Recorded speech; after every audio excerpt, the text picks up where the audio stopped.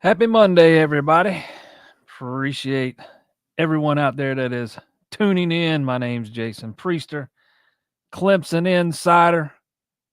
You didn't have to wait too long. It appears the decision has been made. We will dive into all of that tonight. Gonna try to not run over quite so long here tonight. So not expecting this one to go 2 hours like we did last week. Before we get started, though, we'll want to thank my sponsors, A Glass, two locations, two locations in the PD, one in Florence, one in Sumter. All your auto glass needs, replacement, repair. Get yourself a free quote today, myaglass.com. A Glass for when you need a glass. Go check out my guys, Stan, Michael. They've been doing it a long time, and there's a reason why they've been in business so long, because they know what they're doing. Check them out. A Glass, Sumter and Florence. We now know who the guy is. I think we talked a little bit about Tom Allen last week on the show, but I'll be honest with you. A week ago tonight, I really, I didn't know how available he'd be, if that makes sense. I don't know how much of a viable or realistic option he was.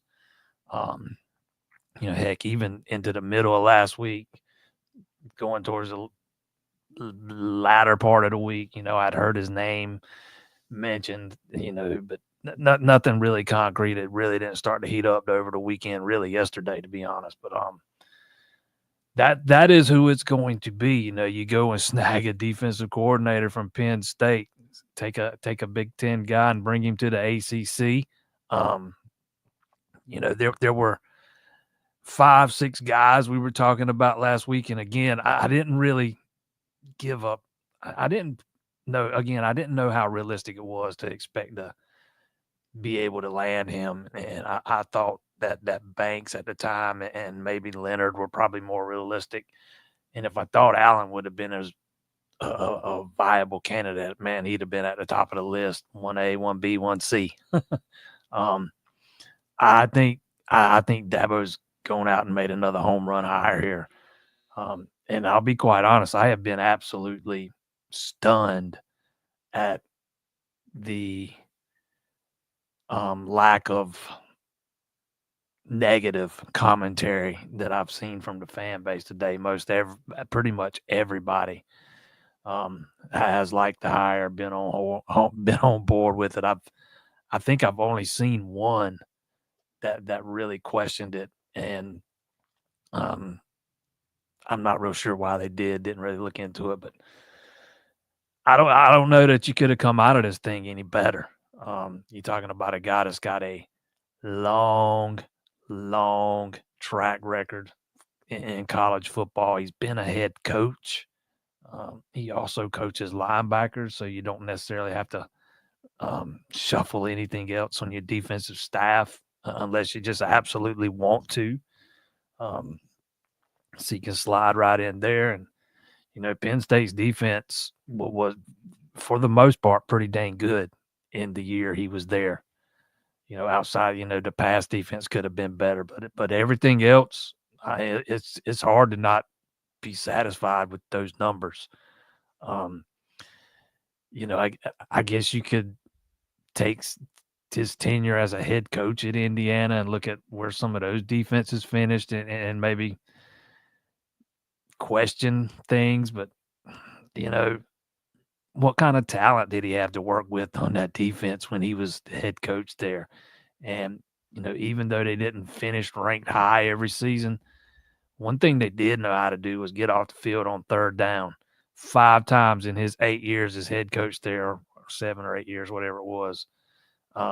They ranked in the top 5 in Big Ten on third down defense. They were in the top 15 nationally twice. There's just a lot of things to like about this hire. Penn State was 8th in the nation in scoring defense this past season, 16.5 points per game, 7th in total defense, 295 yards per game. 9th, this is the big one here now, 9th nationally in rush defense, 102 yards per game, and 7th in yards per carry, 3.05. Clemson was like around 100 in yards per carry. And here's another big one. They were also 5th nationally with 44 sacks and 2nd in tackles for loss with 119. They were 5th in red zone defense. But being ranked so highly in sacks, tackles for loss, it gives you a little insight into how aggressive he is. He's got 33 years of coaching experience. Came to Penn State, ahead of last season when Manny Diaz left to go be the head coach at Duke. And he was 33-49 while he was the head coach at Indiana. That was before the portal era, really, and before the portal and NIL stuff happened right there on the back end of his tenure. But those Indiana teams just weren't very good a lot of the time. I think finished 33-49. Took them to 3 bowl games, and the COVID year, they actually finished the 2020 season ranked 12th in the country. But I like the hire. I don't know that you could have really done much better, in my opinion, anyways. On the recruiting front, got a date change for the elite retreat. I started, I don't know if y'all saw them, but I was putting out a bunch of stories the last week, 10 days about this guy and that guy and this guy planning to attend the elite retreat. And then all of a sudden, late last week over the weekend, it got it confirmed yesterday, to be honest. But guys started telling me that the elite retreat had been moved to March 8th. And, when one person tells you that, maybe there was a misunderstanding. But when 4 or 5 tell you that, then you got to start looking into it. And Clemson has indeed moved the elite retreat. It was supposed to be January 25th. It's now going to be on March 8th. And, oh, wow.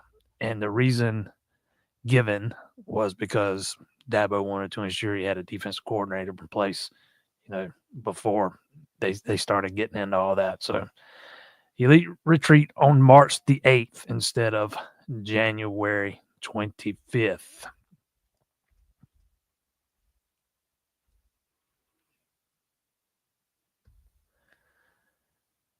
On behalf of all Clemson fans, I don't get nearly enough credit for being available every week. I appreciate that, man. This I think I've told this story before. This little thing here kind of started by fluke, and the number of people watching it every week, made me decide to just do it every Monday. And I'm telling you, man, it's been pretty successful. 2 weeks in a row, 2 of the last 3 weeks, we have set viewership records. Maybe we can do it again tonight, but I very much appreciate that. Do I feel something different in the air with Dabo with the new defensive coordinator hire in the portal? I kind of started getting that feeling before now. Dabo, I thought Dabo may have hired too much inexperience on his staff at one time a few years ago, particularly on the offensive side of the ball. And I think it ended up hurting him. I think he waited a year or two too late to revamp the offense. But like I've said before, there's nobody who wants to win more than that guy. And he said it over and over that, if he thought he needed to go to the portal to fill a gap, he would not have any problems doing it. We saw him try to go to the portal last year. I wasn't a big fan of the strategy there and the way they went about doing it and who they targeted and all that stuff. But they made the effort, but it seemed like there was a more concerted effort this year. And I think Clemson actually had a little bit more money to play with when it comes to, NIL deals and stuff. So that always makes it a little easier to have some more success. But I've kind of felt, that something a little different in the air the past couple years.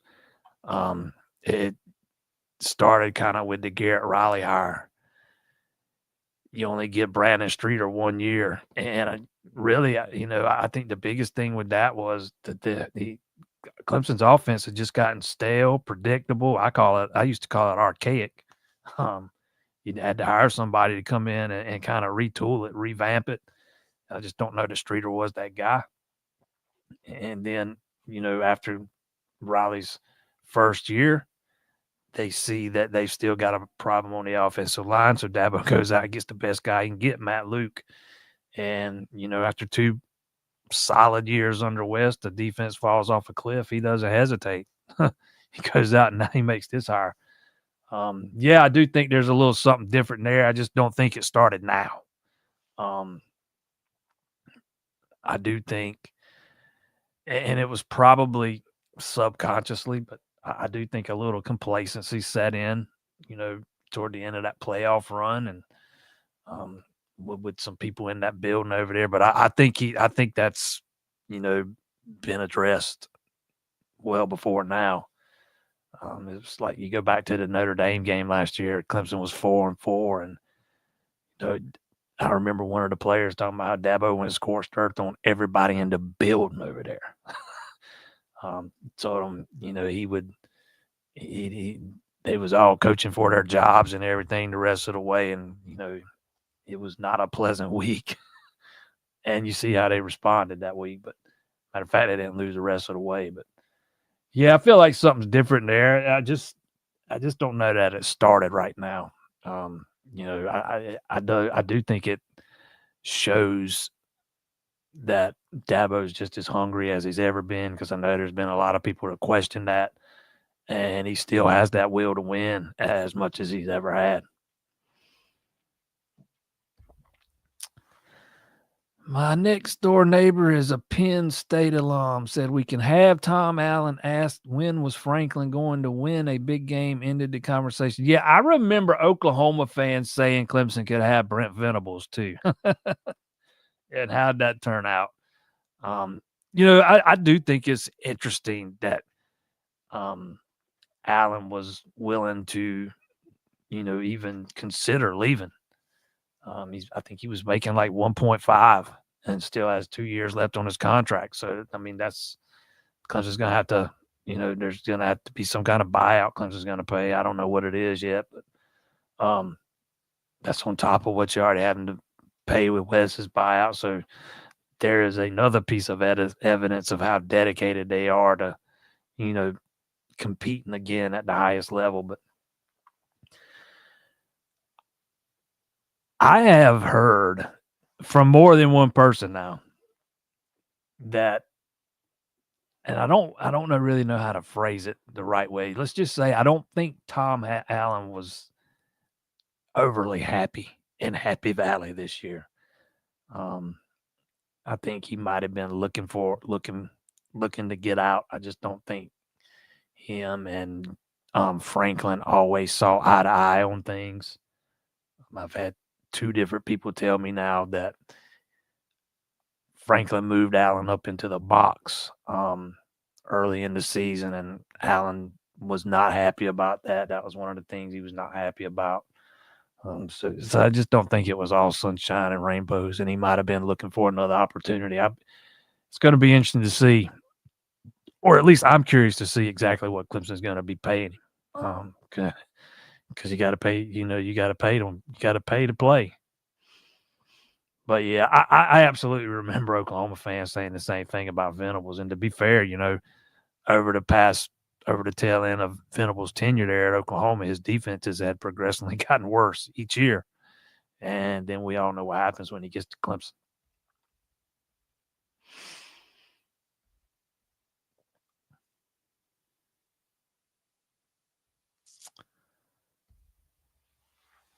Now all the fans who worry so much are going to start to question position coaches leaving. It never ends, man. We'll see what happens with that. To me, the biggest thing with Allen coaching linebackers, you feel pretty good about Mike Reed coming back next year, unless he just, decides he wants to go do something else. You feel pretty good about he's not going to be on the chopping block.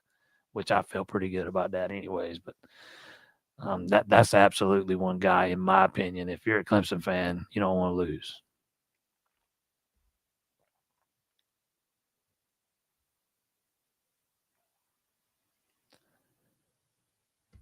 Do I think any Penn State players follow him to Clemson? I lean towards thinking Clemson's probably done in the portal for right now. Maybe they'll add again after the spring window. Maybe he gets here and evaluates what he has to work with and decides, hey, we need to add a piece here or another piece there. Maybe they don't come from Penn State necessarily, but I'm not convinced Clemson's done in the portal, though. At least before the start of next season, I could absolutely see them making another move or two, depending on what happens in spring practice. And, then you've got Allen's had a few weeks to kind of evaluate these guys himself and kind of chime in on where he thinks they need to shore up a few things. So it adds another storyline to spring for sure, but I'm not sure any players are going to follow him.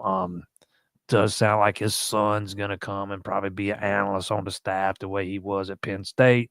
He was I'm not sure if it was an analyst or grad assistant, but he was on the staff at Indiana too. But as far as I know, that's about it as far as following him for right now.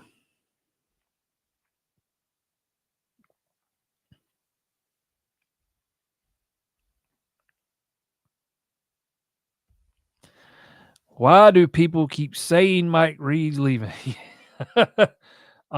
Well, when you got to hire a defensive coordinator, and when the lists of candidates start coming out or potential candidates start coming out, and there's a couple of guys on that list that coach defensive backs, that's where some of that speculation starts.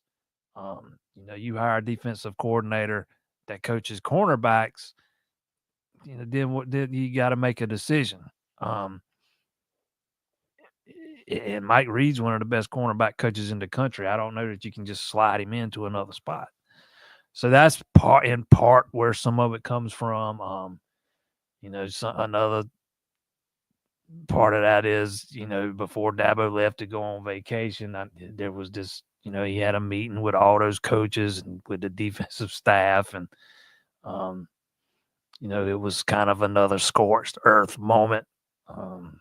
Not saying that he told them that they weren't coming back or anything outside of West. But, that's how some of that stuff gets started. I have a hard I said it last week. I said week before last, I have a hard time seeing Mike Reed getting outright fired. I just don't see it. If he were to leave, there would probably be a couple, 2, 3 corners leave with him. So, because a lot of those guys came to play for him, be developed by him. So that's where some of that stuff comes from. I could end up being proven dead wrong here, but just based on some of the things I've heard, I do not expect Mike Reed to be fired. Now, that's not to say he couldn't decide to up and leave and take a better job, another job somewhere else. Georgia's tried to poach him multiple times in the last 5 or 6 years, and Clemson's been able to fend that off. But I lean towards thinking he's back.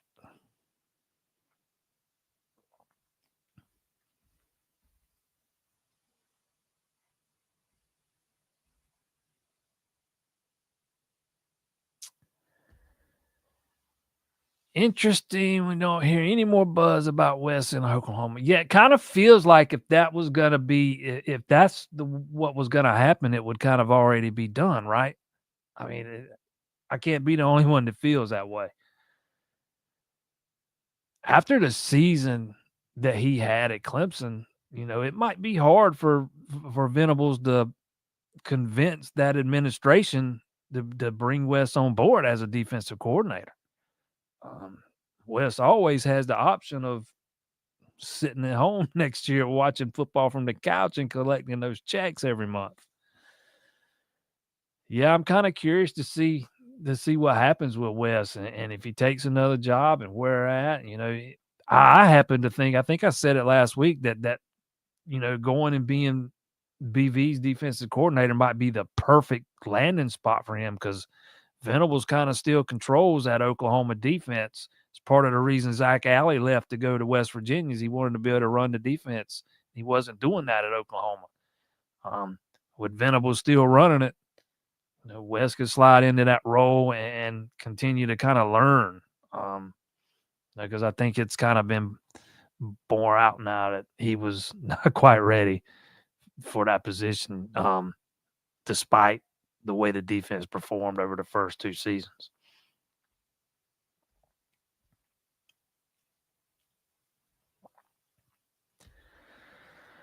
Tom Allen is a great hire, brings some fire to the defense. You know what I think he brings? I think he's going to bring more discipline. And I think Clemson's defense just was not very disciplined last year.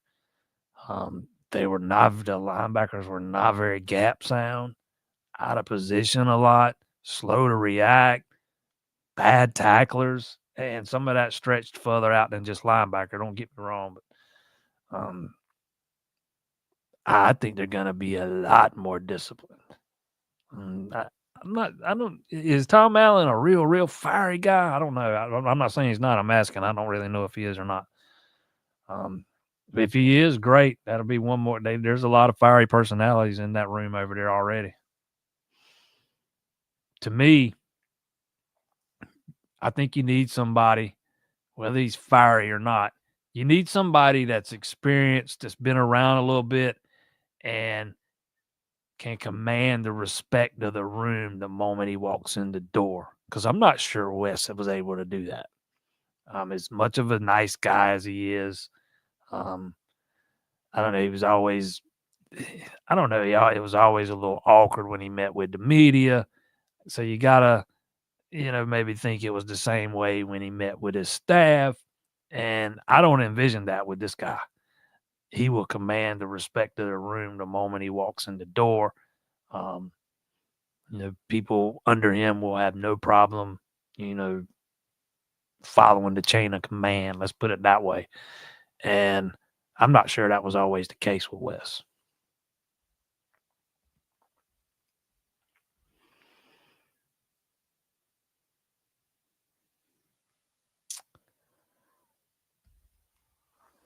I know everyone is excited about the coaching change in portal, but the more I look at this recruiting class, the more I get excited about the new offensive linemen coming in. What is my opinion on them? Yeah, I thought it's a very solid group of offensive linemen coming off of a cycle in which you struggled to recruit offensive linemen and kind of had to, go to some fallback type guys, even though I think they might have found a couple of diamonds in the rough there too. But yeah, I like this group of offensive linemen. Dabo himself has said that Braden Jacobs is the best tackle prospect he's ever signed. That's some pretty high praise when you start thinking about guys like Mitch Hyatt, who was a 5-star. Tristan Lee was a 5-star. It took him a while to get on the field, but he was still a 5-star. Blake Miller, who started as a true freshman, been starting since he's been there. And golly, there's one more I'm forgetting about, but there's not a guy in there that I don't like. I think a couple of them might be a little underrated, like the Caddis kid. They flipped from Kentucky. Rowan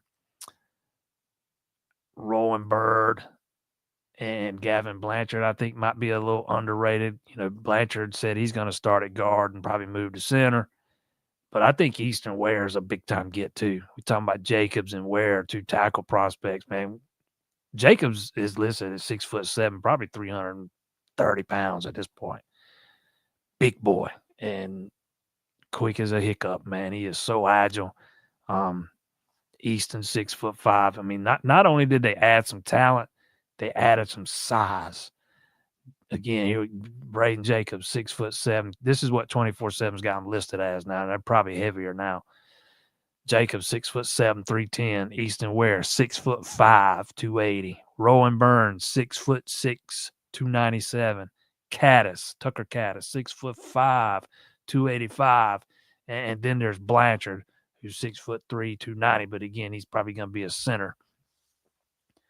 And Blanchard's probably a guy that would have been a member of the class much earlier had he had the grades. He's been kind of, he's been very public about the fact that he had a grades issue. He was a Jesuit, the same high school that Drew and Wade Woodaz came from, and it's a very demanding academic school. He transferred ahead of his senior year, and he committed to UCF to make sure he had a spot. But once he had those grades in order, Clemson did what they said they were going to do. They would take him, and that's how it worked out.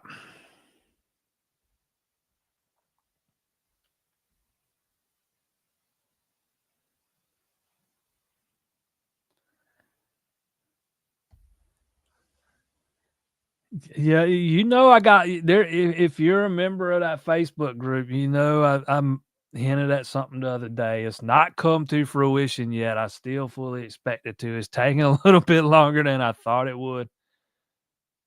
I promise when it happens, I'll tell you what it was. Even if I end up being wrong about it, I'll tell you what it was. The longer it takes, I'm starting to get a little worried, but we'll see what happens. I fully expect at the latest middle of next week. But again, I kind of thought we were going to know end of last weekend, but didn't work out that way.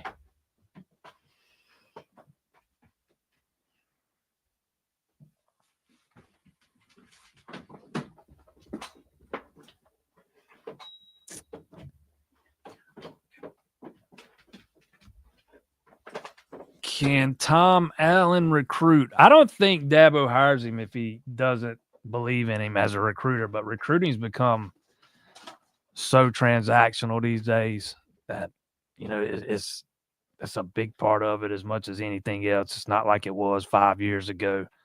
But I think he's got some recruiting chops. I don't know about his relationships down in the Southeast.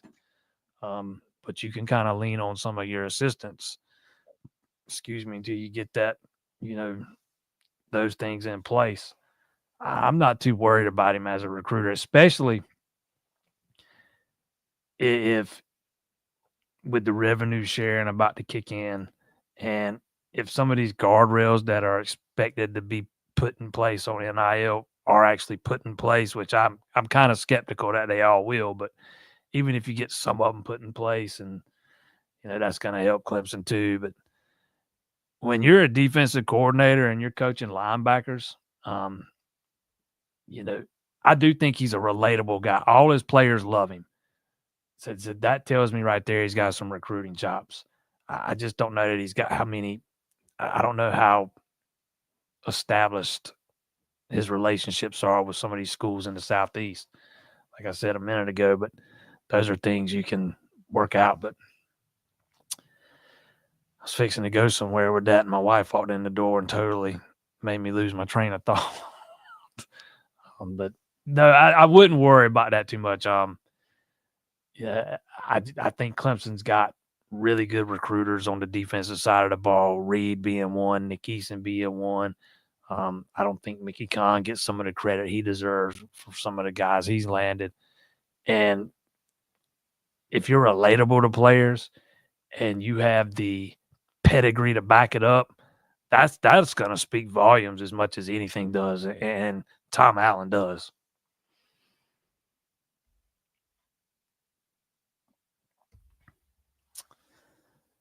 My opinion and speculation. When do you think Dabo made the decision to change DCs? How much influence, if any, did Matt Luke and his knowledge of Allen have to do with the hire? I'm not sure exactly when the decision was actually made, but I keep going back to the Louisville game when Dabo said something to the effect of, we've got too much talent on the defensive side of the ball to be this bad. That is something that has stuck with me throughout. It's not something you typically hear Dabo say. And so I don't want to say that the decision was made then, but I think that's when the door started to creak open. And then you give up 1,000 yards on the ground over the past 4 games. Citadel has 280 something. Then against South Carolina, you got Sammy Brown on the bench in the fourth quarter while Sellers brings his team back from a 10-point deficit and beats you because you can't stop him on the ground. While your best tackler's on the sideline. I think a lot of that, factored in, but I think the door was creaked open, or at least first creaked open in that loss to Louisville. I'm not sure. I'm not convinced that anything that let's say Clemson comes out and just totally shuts down Texas's running game.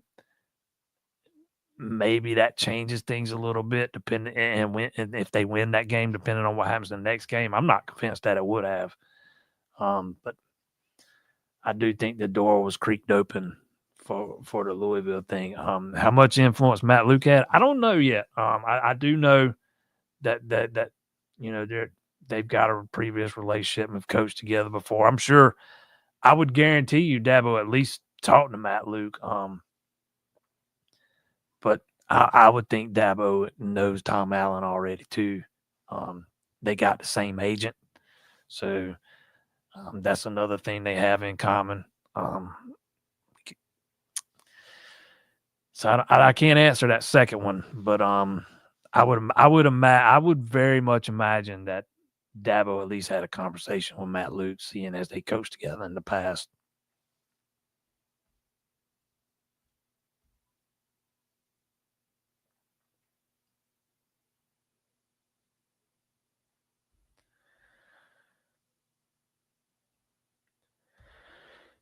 In my opinion, did Tom Allen's background as a linebacker coach give him the upper hand over someone like Leonard, a safety coach, when we already have a good safety coach in Mickey? You know what?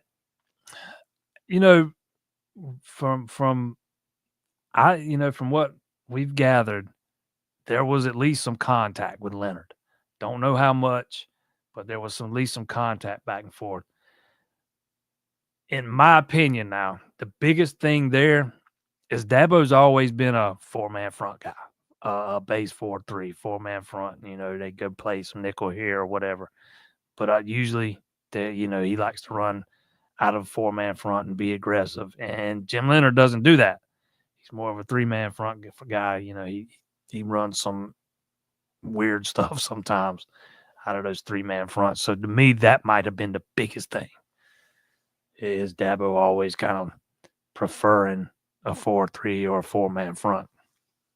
And who's to say? I mean, Jim Leonard might not have had any interest in coming back to the college game yet. It's like there was a lot of I kept hearing Jeff Hafley's name getting mentioned the past, I don't know, few days, and that guy's making $3 million a year with the Packers. Left the college game because he was tired of the NIL and the portal stuff. Now, if he comes back as a defensive coordinator, he doesn't have to deal with that as much. But I just don't know that Clemson could have paid him what he's already making. And heck, he might not be far off from getting a head coaching opportunity at the NFL level.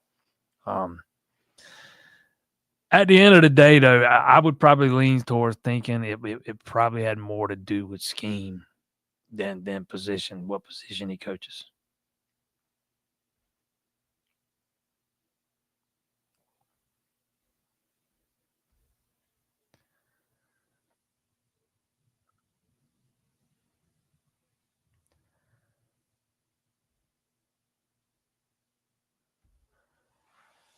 Think he's a great dude and coach, but as they say, the proof is in the pudding. Let's see how he does. Hopefully he gets it back to what Clemson D used to be. Well, I mean, that's the case with every hire. I mean, you don't know till they get out there and do it.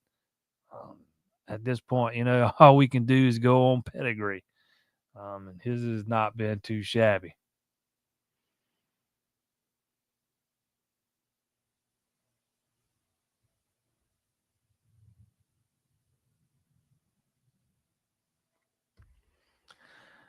Does this indicate that Alexander may move back to the edge after this move? I don't know. I don't think so.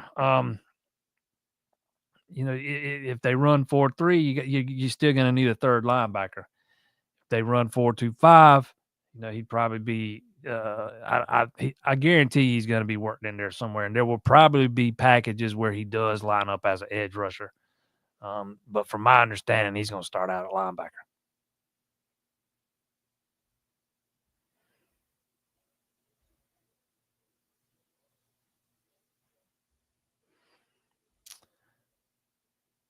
Yeah, most people in here are happy with. I haven't seen anybody disliking the hire yet.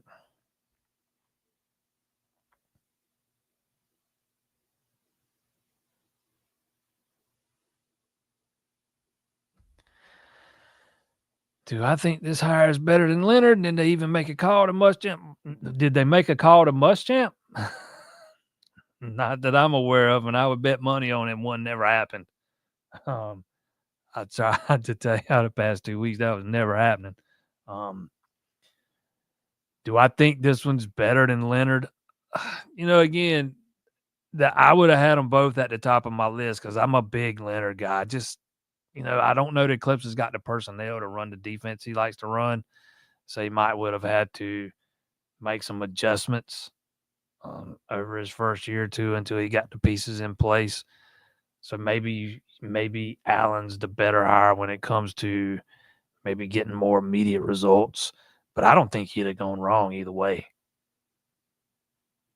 When you see how aggressive Penn State was this year, that's kind of what's been missing since Venables left, that aggressiveness.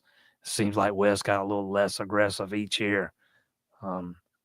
If you're a Clemson fan, I think you got to be extremely happy knowing you're going to see some aggressiveness return on that side of the ball.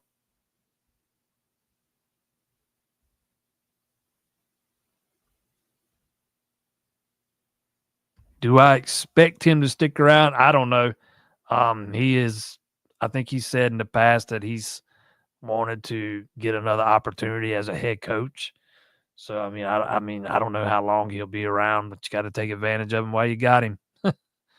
It's kind of like I didn't expect Garrett Riley to be around more than 2 or 3 years. So you never know how that was going to play out.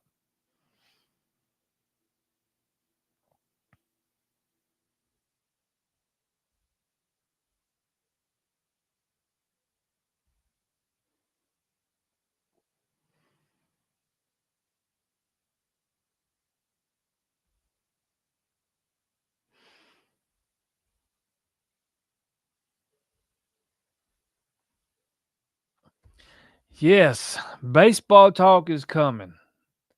Practice starts on January 24th. I found that out today. So baseball talk is coming. I promise. Once practice starts and I start getting a little bit better feel for things, I don't. There's no way I can fill up an hour talking baseball right now. I don't know. I know about the guys that were on the team last year, but I don't know enough about most of the new faces to know what I'm talking about yet. And I'd rather not talk about it until I know what I'm talking about, if that makes sense. Oh.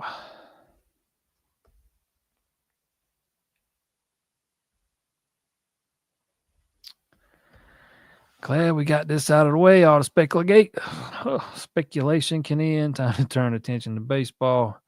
Season countdown has begun. And it also lets Clemson, the football staff really start turning their attention towards recruiting because the spring's a big part of it.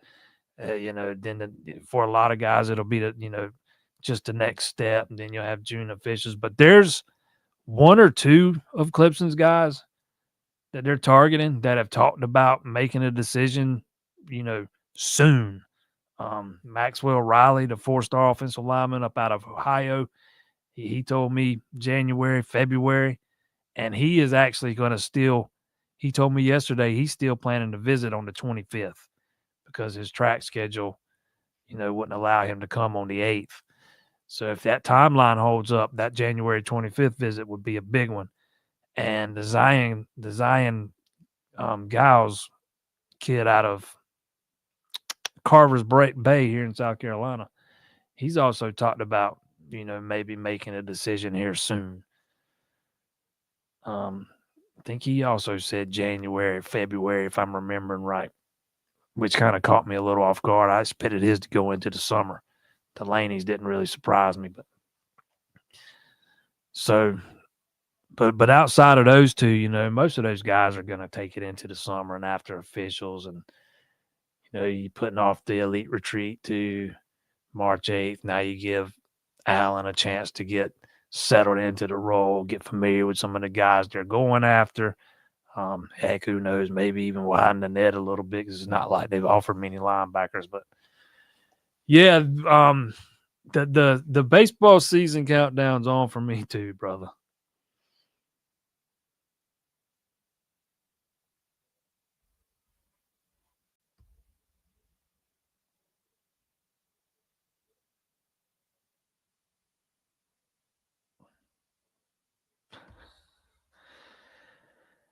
Outside of this season, has Tom Allen had much success as a defensive coordinator? I love his adjustments, but I don't know if he has consistency. What's the outlook on that? There's a reason why he got the Indiana head coaching job, because his defenses have been pretty good. I don't have the numbers from way back then in front of me. Um, and he didn't have a whole lot of talent on those Indiana defenses. I would say they were solid for the amount of talent they had on them. But he's one of the more respected defensive coaches in the country. Um, that to me, that kind of says it all.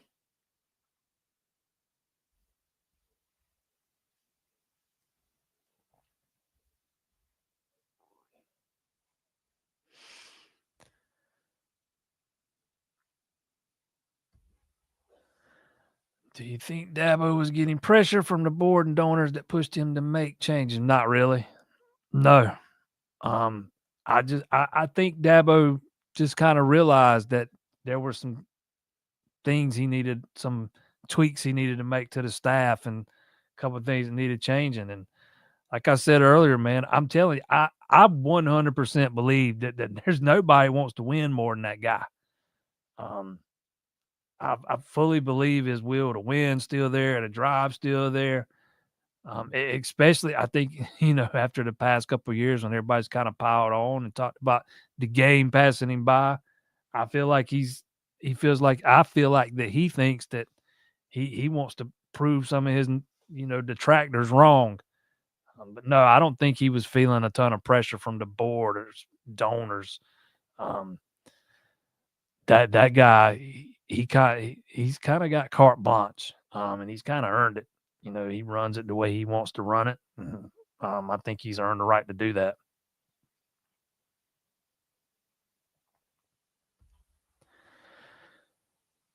This is better than promoting. Don't it just depends on the situation. No, I didn't think this situation called for somebody to be promoted from within. I've been pretty open about that. I think it's a home run hire, and I was not shocked that they took somebody from a much better why is Penn State much better than Clemson?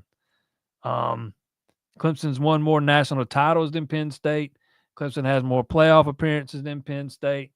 Matter of fact, didn't Penn State just make their first playoff this year, and it had to be the 14 playoff? I don't know why people say Penn State's that much better than Clemson.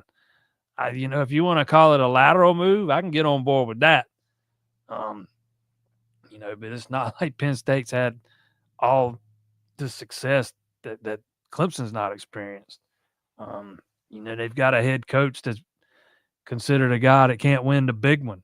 Um, you know, and as I touched on earlier, I don't know that Allen and Franklin were the best match. Um, so I think a lot of things played into it.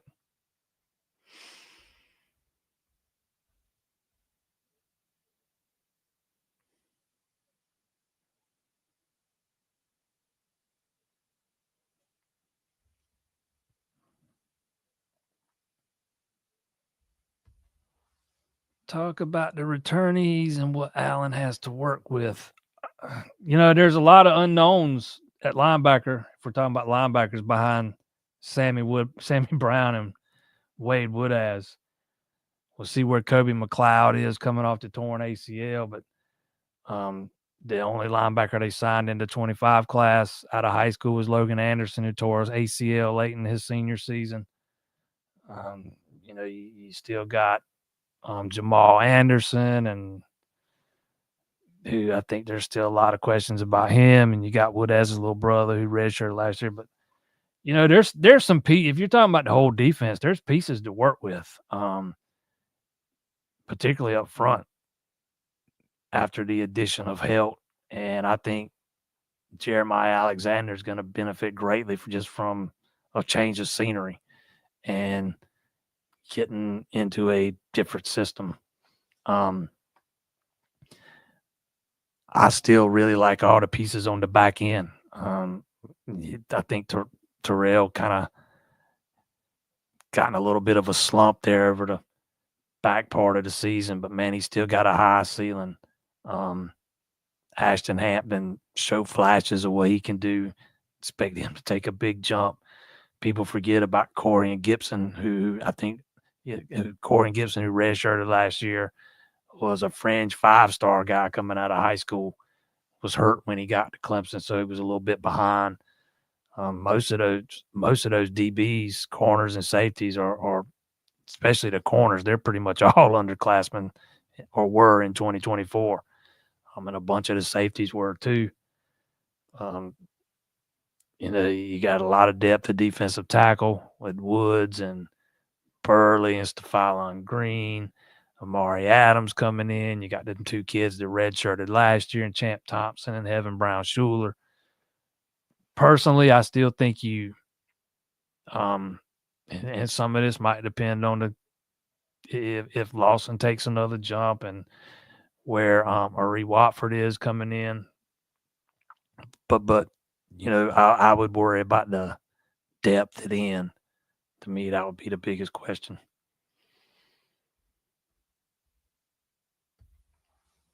Dabo told everyone if they want to leave, think some more change. Yeah, that's not exactly how I heard that conversation went. Yeah, he did tell them that if they wanted to seek other opportunities to go ahead and do it, but a lot of that was because of he didn't know who he was going to bring in and couldn't guarantee that every guy was going to have their job coming back next year because the new guy might coach depending on what position he coached. And I've been told that he also told those guys that he wanted them all back next year. I mean, you're leaving a lot of it out. So I'm not, if there's going to be more changes, why not go ahead and make them? If you know you're going to move on from some people, why haven't they already done it?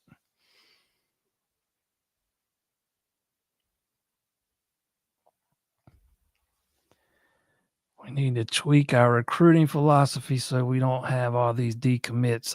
That's the only reason Clemson had a bunch of decommits, because they did not have the NIL money to match what these other schools came in and offered. There were a few of them that got offered deals that Clemson wouldn't have matched anyways. There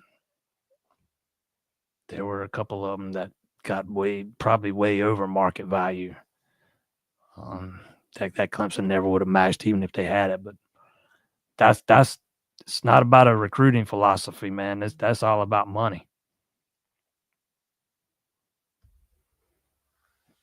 Bring in any coaches with him. Venables wasn't even allowed to bring his own coaches. Most head coaches don't tend to let their coordinators make the position coach hires.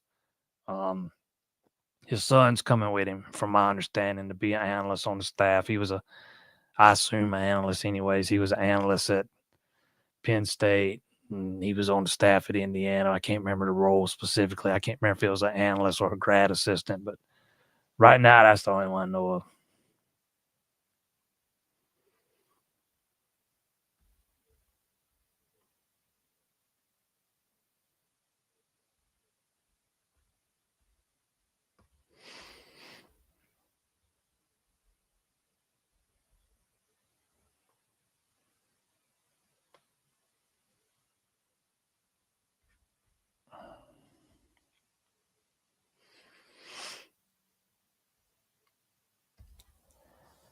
I have not heard anything about any changes at special teams. Matter of fact, I talked to I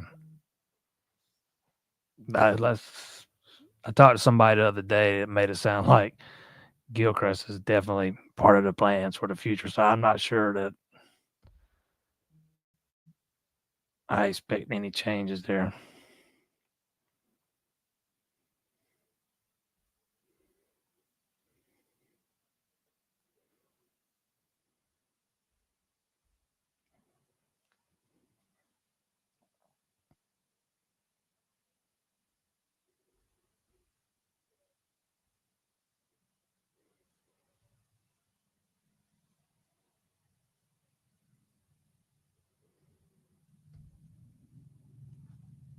His head coach record was horrible. That means he's a bad defensive coordinator. I don't get the thinking behind that. A lot of his rosters at Indiana were horrible, not very good. His defenses were so good. That's what got him the job at Indiana.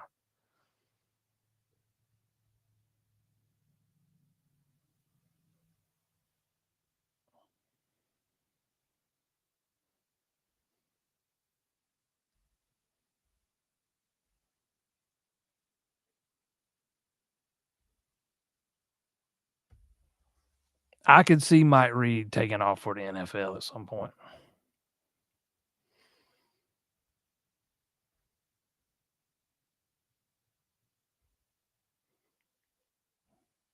Don't see him getting fired though.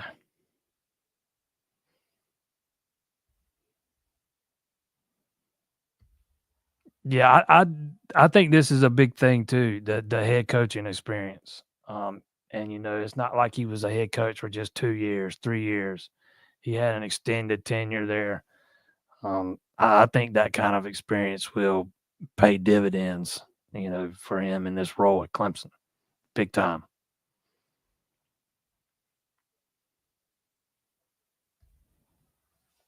How about our defensive end coach? Doesn't he need? He's only been there a year. I'm not sure why you want to replace him already. He didn't have a whole lot to work with this year. His name's Chris Rumpf, and he's highly respected. He was considered a big time hire when Dabo made that last year.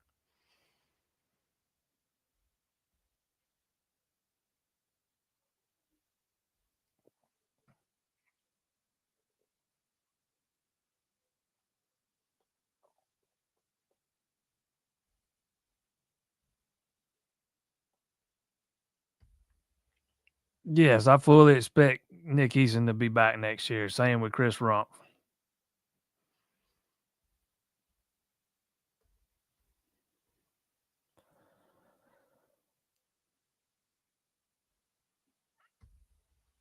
Think it would have benefited West to stay on as an analyst and study under Tom Allen. Yeah, it probably would have, but you got to put yourself in his shoes. I mean, how would you feel walking into that building every day and everybody that you were just over all these guys? They all worked under you. Now they're all over you, and you work under them. I don't know if that would have set up for the best working environment. But I do think he needs to go somewhere and continue to evolve and grow. That's why I thought Oklahoma would have been the perfect landing spot for him.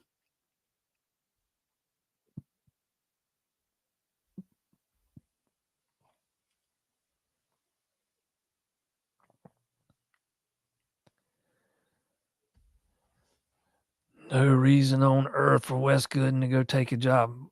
He gets to 1.5 either way. It's just whatever he would make at the next gig comes off at a buyout. It doesn't go away if he takes a job. So I mean, he gets that either way.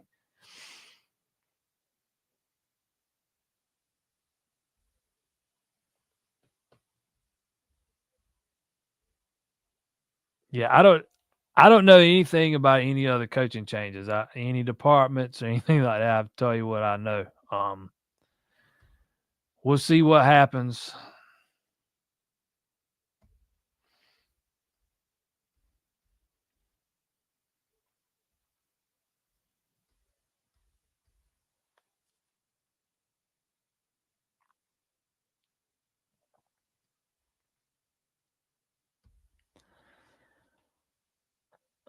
Says a lot about a program getting an OC fresh off a national championship appearance and a DC fresh off a playoff appearance and former SEC head coach coaching our offensive line. Absolutely. And, Allen's got a lot of he's a former Big Ten head coach too. So that's a lot of pedigree on that coaching staff right now, especially when you add in Mike Reed and Chris Rumpf, who's been around a while.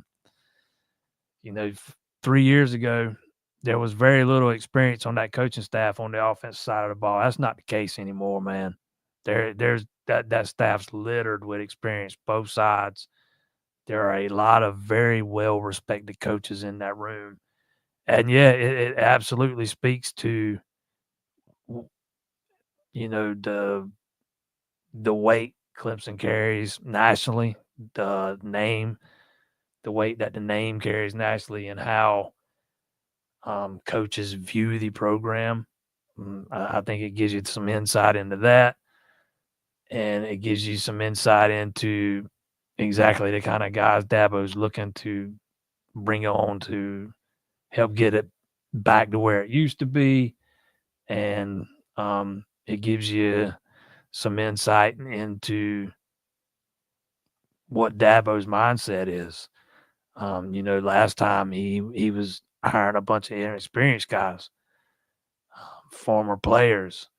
Now he's not doing that anymore, man. He's kind of making a statement. Kind of started with Garrett Riley, then you get Matt Lute, and then he goes and dips his toes into the portal and plucks a few players out of there. And he does this with Allen today.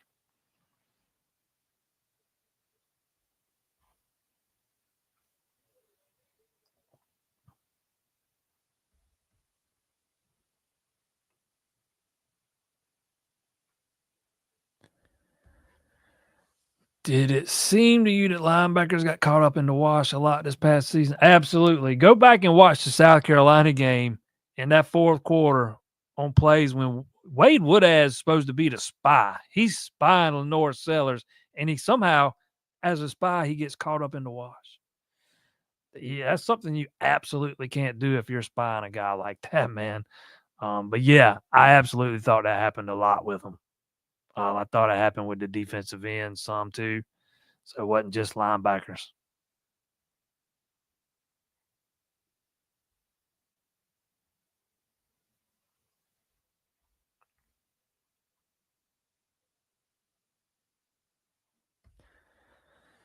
How long before the SEC machine tries to tweak the college football playoffs so more teams from that that's already happening.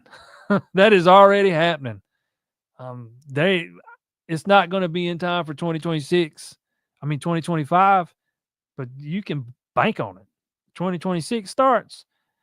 They are going to get 4 teams in automatically every year. They're going to have 4 guaranteed spots.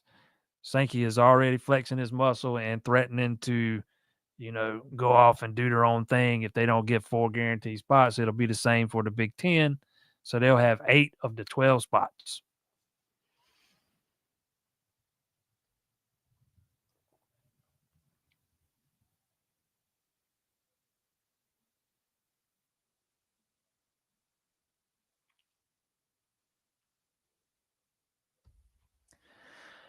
How did Watford fall from a 5-star number 1 edge to where he is now? I don't remember that. I don't remember him ever being number 1, but I do remember he took a hit in the ratings, and I can't really answer why. This is like I couldn't answer when, golly, who was it? Somebody took a ding in the ratings, and I couldn't understand why. Peter Woods got dinged from a 5-star to a 4-star right before signing day by at least one of the services. And one of the reasons they gave were short arms. Watford does play up north, in Virginia.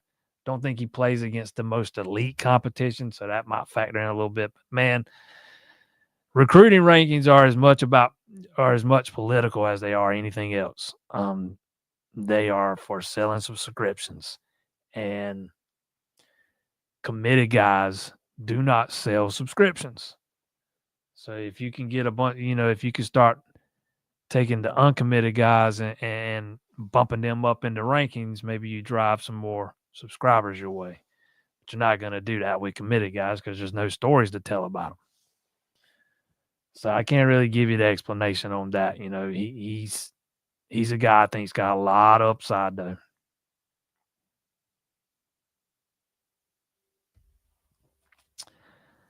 Amari Adams. I've seen a lot of Amari. Yeah, you know, he goes to the same high school I went to. 6 foot.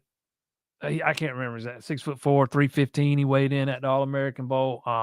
Definitely turned heads, man. He won. It was actually the Anthony Munoz Lineman of the Year award that he won, and he won an Alpha Dog award one day. But he definitely turned heads. He played end at South Florence in a 3-4 scheme or a 3-man front. Might have been more of a 3-3-5 at times. I can't remember, but it was a 3-man front, and they moved him from one end to the other. But man, that guy was always getting double and triple team. But I would think the transition inside shouldn't be too difficult, and I think he's got an excellent opportunity to be in the rotation next year.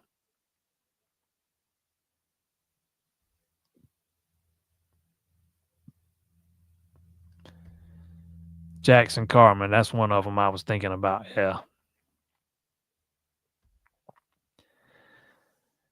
Marquez, I actually asked Dabo about that on signing day. Sounded like he's gonna start out on offense at the very least.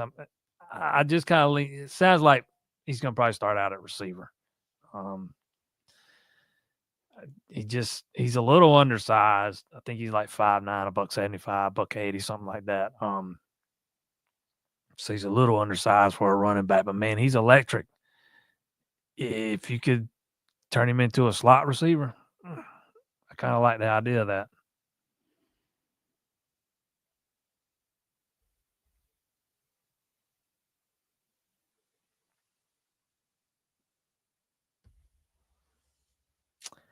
St. Matt Luke is amazing. Do you think he's here for the long haul, chasing another coordinator or head coach? I think he's here. It depends on your definition of the long haul, but I don't think he's out chasing coordinator or head coaching jobs. This is a guy, remember, that stepped away and took some time off because he got burned out.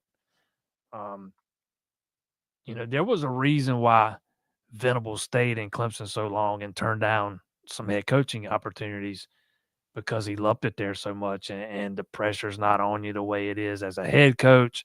And another reason why, I forget to mention this, but people ask why would Allen come from Penn State to Clemson or coaches at big schools consider coming to Clemson, because Dabo treats his coaching staff different than almost every other head coach does. They're not, Will was talking about this on his show last week. They're not that Dabo tells them, don't come in the building early Sunday mornings. Don't come in before 1:00. That time's for your family. They're encouraged to bring their families in after practice on Wednesday. I mean, he makes sure that those guys have the time to spend with their families, and not every coach does that, man. Listen to the way some of Nick Saban's former assistants talk about how much they worked and how much time they actually got to spend with their family. It's not like that at Clemson. So those are some other things that make those jobs attractive.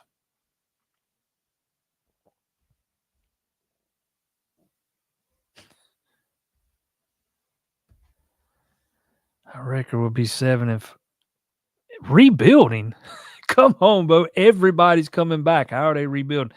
Now, if you want to say that about 2026, I can have that conversation with you, but you got all your receivers coming back, 4 of your 5 starting offensive linemen. Your quarterback's going to be a senior. Almost everybody on defense is coming back outside of Peyton Page and Trey Williams. You didn't hardly lose anything off defense. Barrett Carter. I how is it a rebuilding year? You're gonna have to explain that to me, man.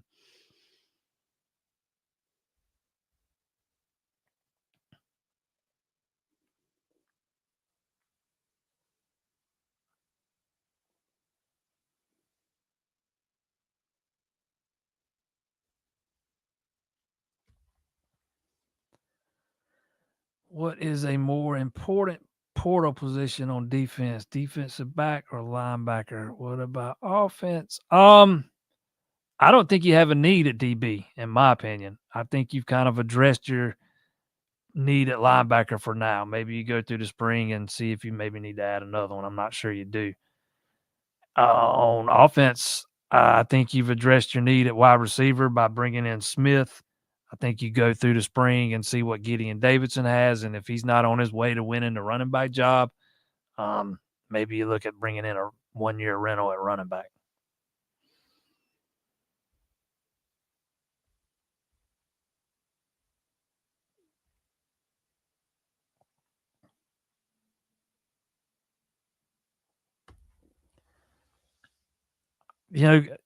I don't expect Clemson to do anything at punter before the spring. They've got the kid, Jack Smith, that's been here a while that just kind of he's got the talent. He just kind of needs to put it all together and get consistent.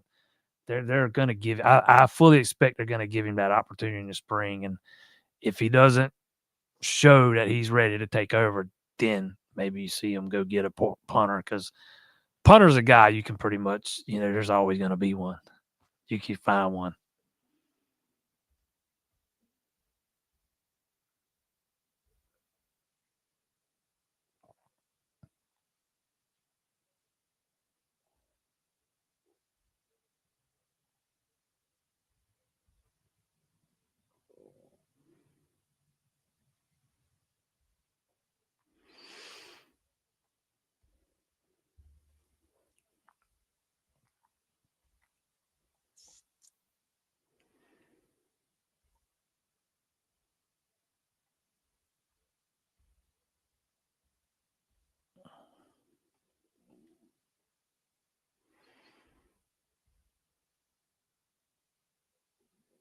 How nasty do I see the defense? I think you're going to see a more aggressive, scheme than we saw with West for sure. Um, how nasty are they going to be? I that's yet to be determined. I think they got some guys that have that character trait on that side of the ball. I'm just not sure you had the right guy leading it. And that, to me, that has nothing to do with firing us. It's just about the way you. I don't know. To me, it's more about the way you carry yourself, and just never saw Wes as a guy that really, when he walked into the room, commanded everybody's attention or their respect. I'm not sure everybody respected Wes, and if the guys under you don't respect you, then you're bound to have some problems. But I don't know how nasty they're going to be.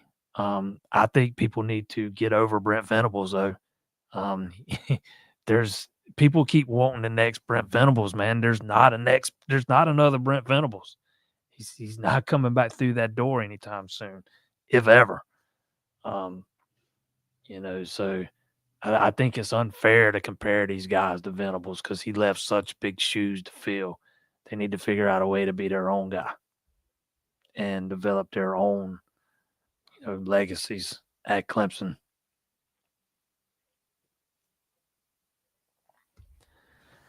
What grade do I give the hire? A. Gets an A from me. Can we assume Woods will be moved back inside this year? Woods was actually moved back inside before the end of last year. So, yes. You can fully expect TJ Parker and Will Help to be your starting defensive tackles.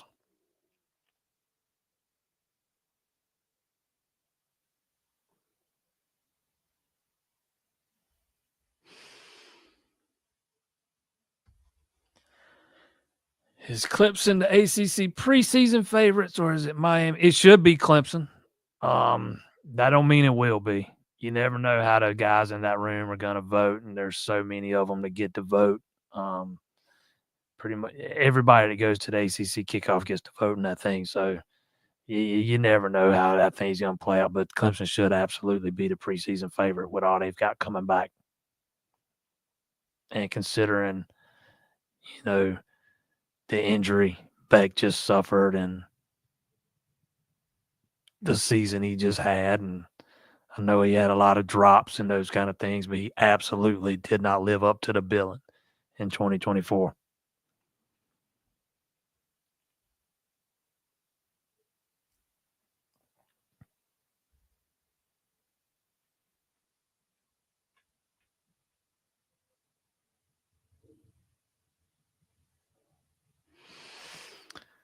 All right, I cannot run over very long tonight. Am I surprised Dabo didn't hire from? No, absolutely not. I did not expect him to.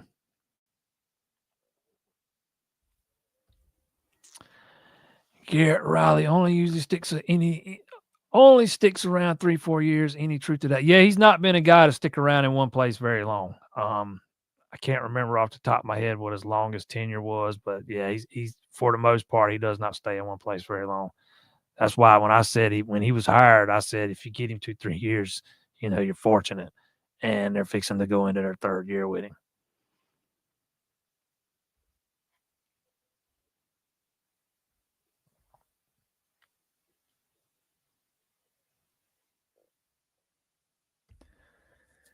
Is Clemson still interested in leaving the ACC? If our conference is weak again this year, the next few years will affect ACC champion being in the playoffs since everyone is SEC and Big 12 bias. Yeah. Clemson absolutely knows that what's best for them right now is probably getting out by 2030. You'd like to do it before that, but you could probably make it work till then.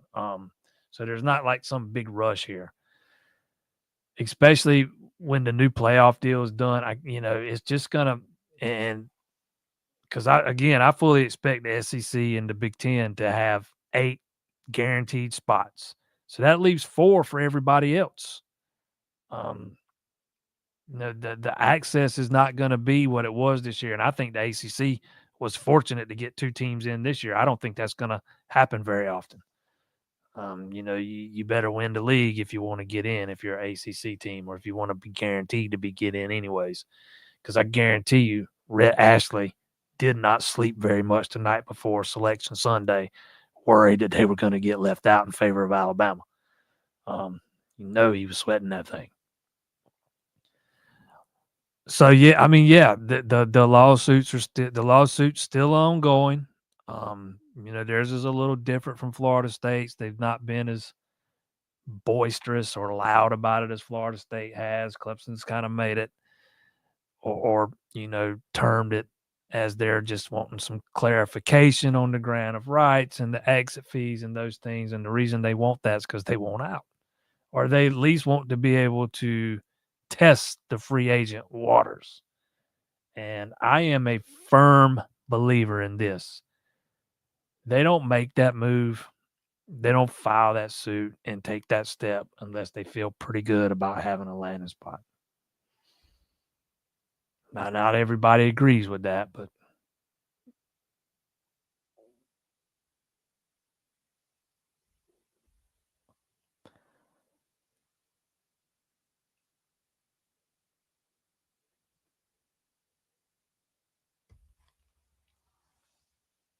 how will the new DC hire affect recruiting? I don't think West was the strongest. Like you say it here, I know some thought West was a liability. Is this an upgrade? I don't think West was the strongest recruiter. Venables he did kind of finish the deal with Sammy. You got to give him his props there, and he landed Logan Anderson in this class, who I think's got a lot of upside. He had some offers from some big time schools, but for the most part, I don't think people will say that recruiting was Wes's strong suit, if you catch my drift.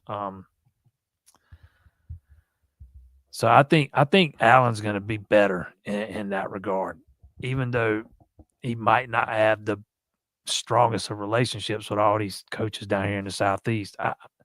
The way recruiting kind of goes now, and it's more transactional. It's not so much about relationships, even though Clemson still tries to, make it a lot about relationships. And heck, that's a big part of why they were able to get Alexander out of the portal. But a lot of it's transactional. So I mean, you don't have to have those connections the same way you used to have them. But I think this is an upgrade, man, all the way around. As far as as far as a guy he's just been around the block, man. He's got he's been there. He's done that. He knows what to expect. He's not a guy like Wes who is kind of learning on the job.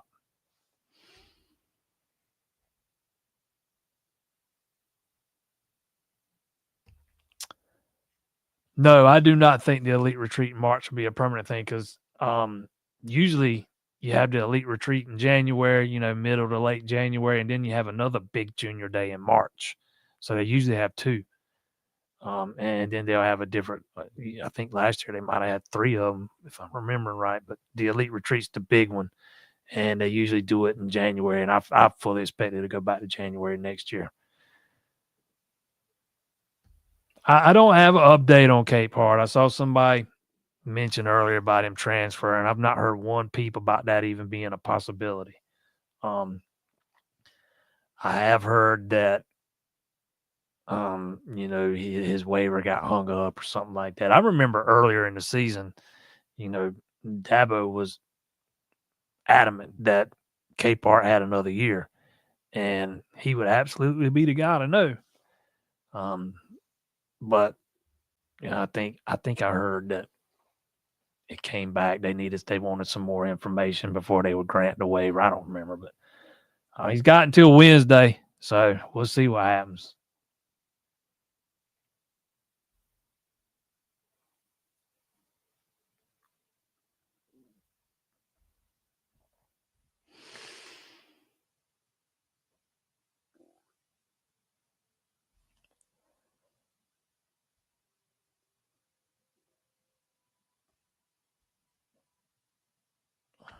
Wait, is Vandervoort still in my son Shay's thing? Seriously, I'm gonna have to have a conversation with him about that now.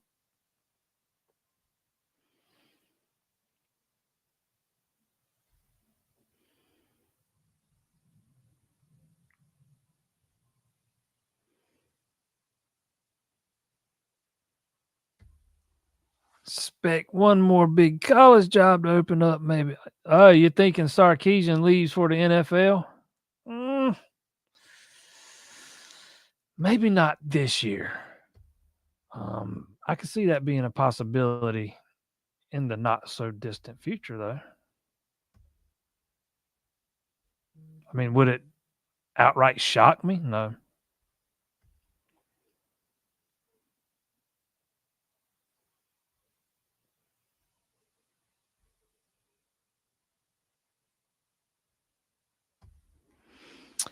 Gibson and Fegan are gonna. Yeah, I keep forgetting about. I didn't even mention Fegan earlier, man. Again, like I've said before, they called that guy the seatbelt in high school, for a reason. But yeah, Gibson was Gibson was a fringe 5-star, and both those guys have a year under their belt now. Why is Tyler Venables coming back? Are you sure he is? I think everyone, coaches and players will benefit from this change. I think a lot of players will be held accountable and sloppy will not be the norm. Attention to detail. Yeah, I think there's going to be a lot more structure in that room, and I think that's gonna. I think that's gonna, trickle down and pay dividends.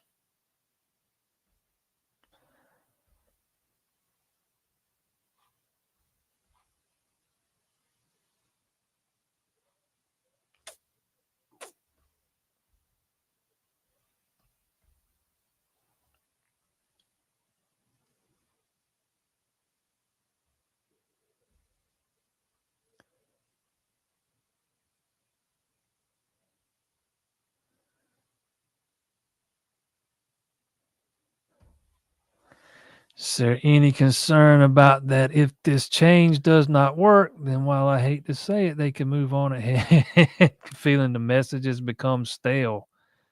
I'm not sure what you're asking me here. What if the DC move for whatever reason doesn't work out? What's that got to do with the message? I think the last hire has been a home run with Matt Luke. I think the Chris Rumpf hire is going to end up being a home run hire.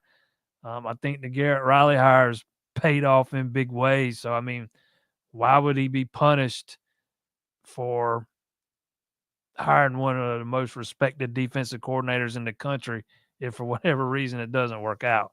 And I'm not sure what that has to do with the message. You got to explain that one to me a little bit better. But no, I don't think Dabo is in anywhere close to Clemson even discussing moving on from him.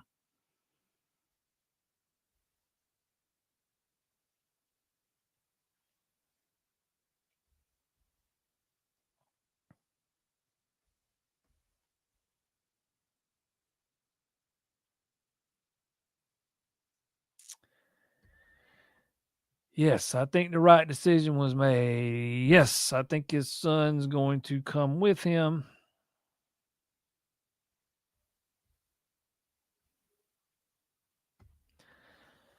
Tom Allen, Penn State defensive coordinator, is expected to be the next defensive coordinator at Clemson.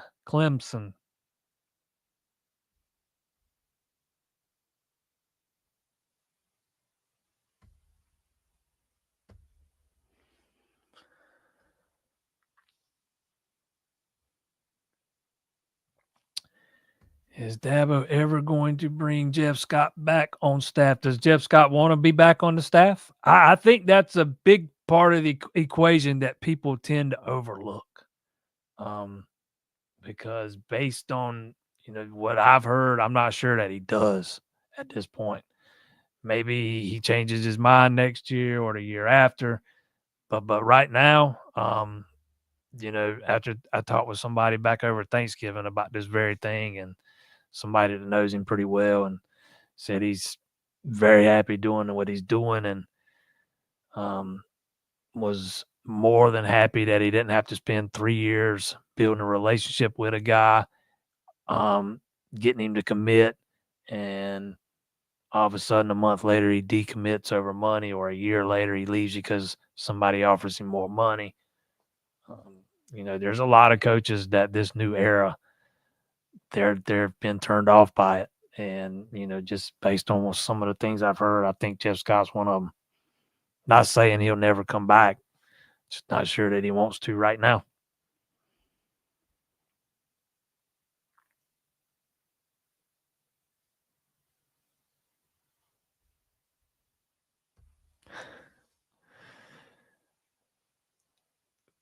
I'm starting to think y'all don't like my posts with emojis, man, if they're not sunshades.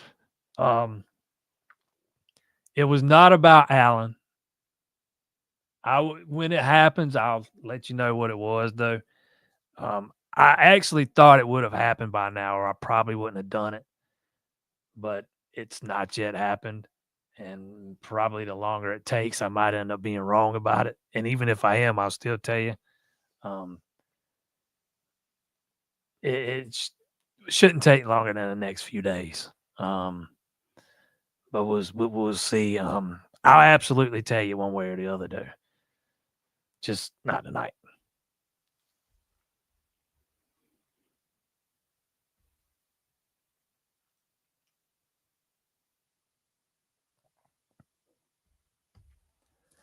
What kind of scheme? He ran a lot of 4-2-5, 4-man front.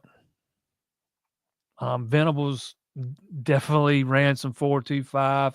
Heck, he even ran some dime at certain times. But 4-man front like Venables. Venables was a 4-3 base guy.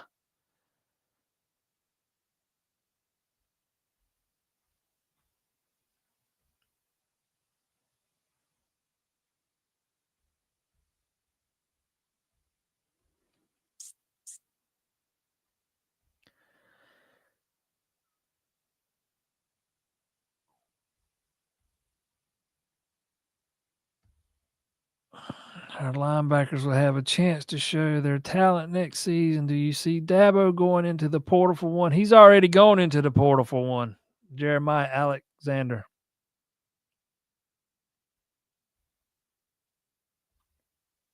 Yeah, Hanover's at safety.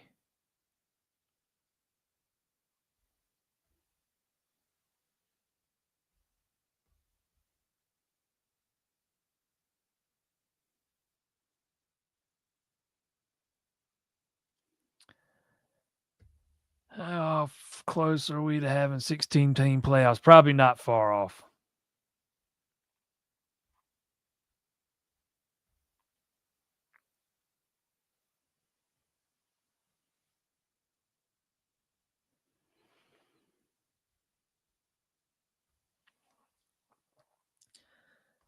All right, I got to jump off this team. Make sure I didn't miss anything we haven't really talked about.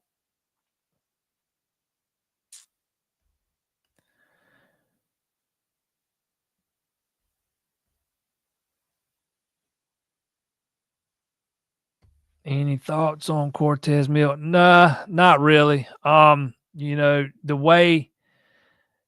way his recruitment played out at the end, man, and the way he flipped to Nebraska, you probably avoided a headache missing on him.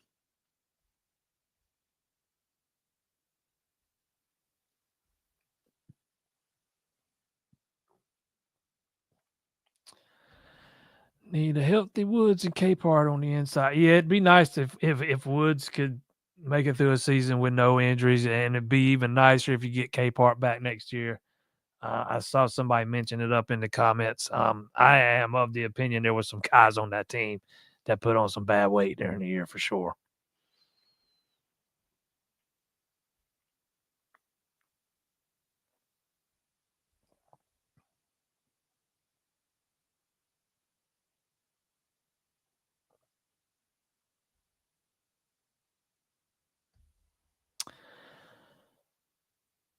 Um, Optimism with the QBs behind Cade. I've heard all good things about Vizina, but none of us have really seen it yet. So we'll see. He'll be a guy that will have 3 years under his belt, by the time he's ready to compete for the starting spot. I am very big on Tate Reynolds, who's committed for 2026. We'll see if he's a guy that is ready to compete for playing time day one. I don't know if he will be or not. But man, I cannot tell you how high I am on that guy. And I think the guy they flipped from Coastal is very intriguing. Um, I'm not sitting here trying to tell you he's some elite quarterback everybody missed on, but he's a lefty. And if he's, I just think he's a tad underrated based off what I've seen on his film. I just think there's something to work with there. Um, but back to Vizina, I mean, he's kind of a rare breed these days. How often do you see a guy willing to sit for 3 years um, behind the same starter? It just doesn't happen anymore, and he's doing it right here before our very eyes. But yeah, to your point, we've not seen it. I've heard good things about him, but yeah, we 100% have not seen it yet. So until we see it, we just won't know.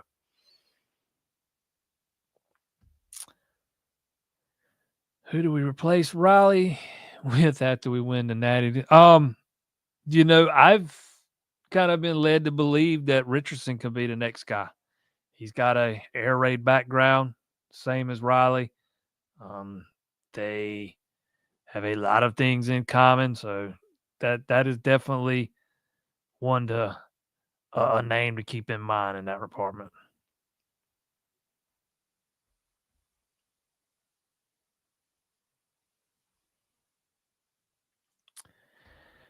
How many weeks does it take before Gideon is running back one? Don't be shocked if he's not running back one week one. I wouldn't be.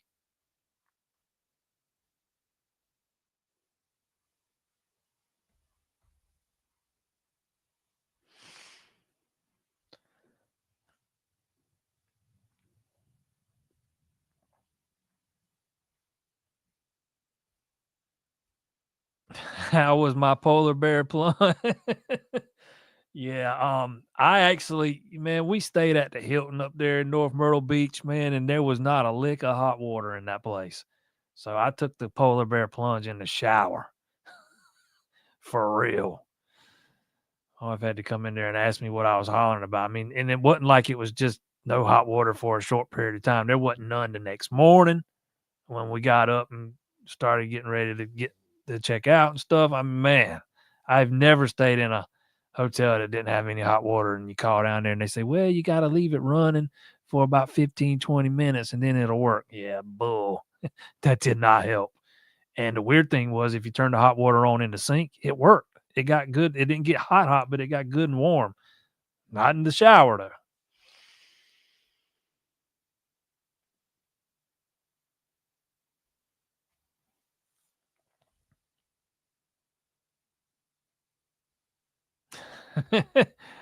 Okay, I can tell you this much. It definitely did not have nothing to do with Elon.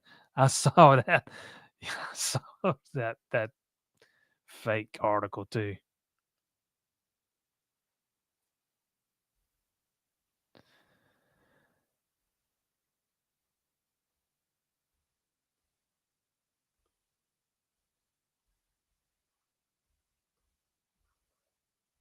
Do I think Alexander could be moved in? I think he's going to at least start at linebacker. So we'll see what happens after that.